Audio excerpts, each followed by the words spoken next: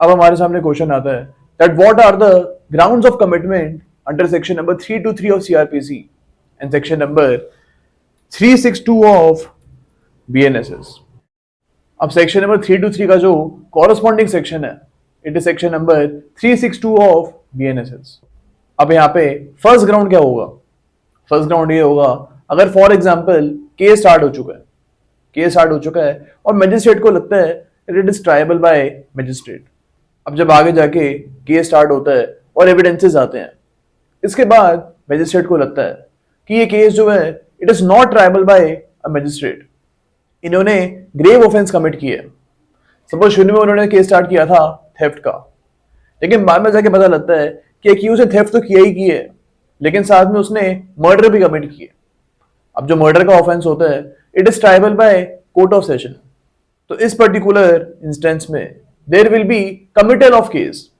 यहाँ पे मैजिस्ट्रेट को केस कमिट करना पड़ेगा कोर्ट ऑफ सेशन को, और ये कमिटल होगा under section number 362 of BNSS. Okay, तो ये हमारा पहला ग्राउंड हो गया.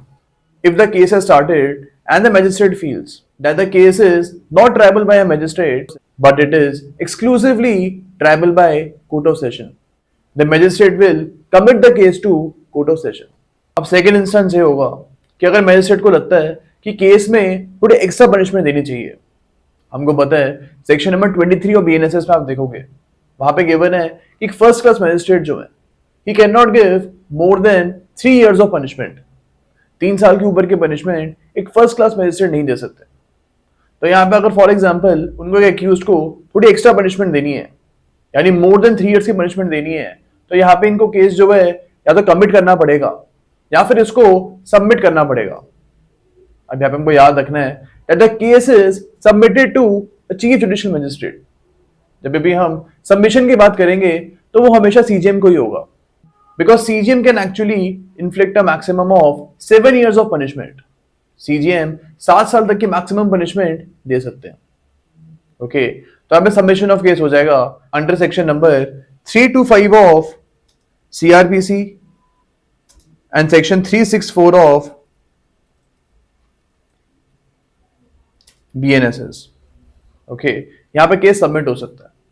लेकिन अगर फॉर एग्जांपल एक मैजिस्ट्रेट को 7 years से ऊपर की पनिशमेंट देनी है, if he wants to inflict a punishment of more than 7 years, तो यहाँ पे CJM को केस आप सबमिट नहीं करोगे, बिकॉज CJM के पास ही मैक्सिमम 7 years तक की पनिशमेंट देने की अथॉरिटी है.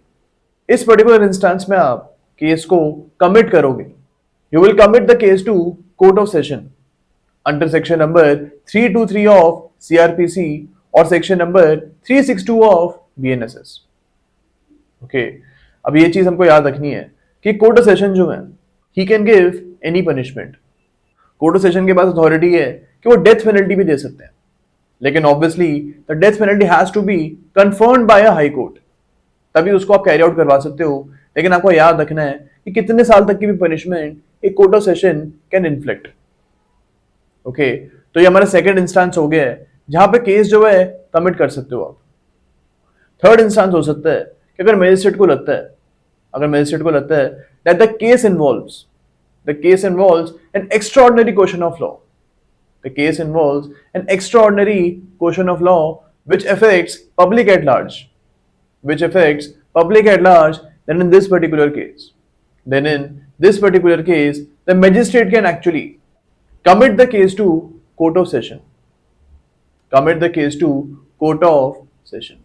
अब ये चीज यहाँ पे इसलिए कर रहे हैं magistrate because court of session is a more experienced court. In hierarchy में भी court of session is above magistrate's court.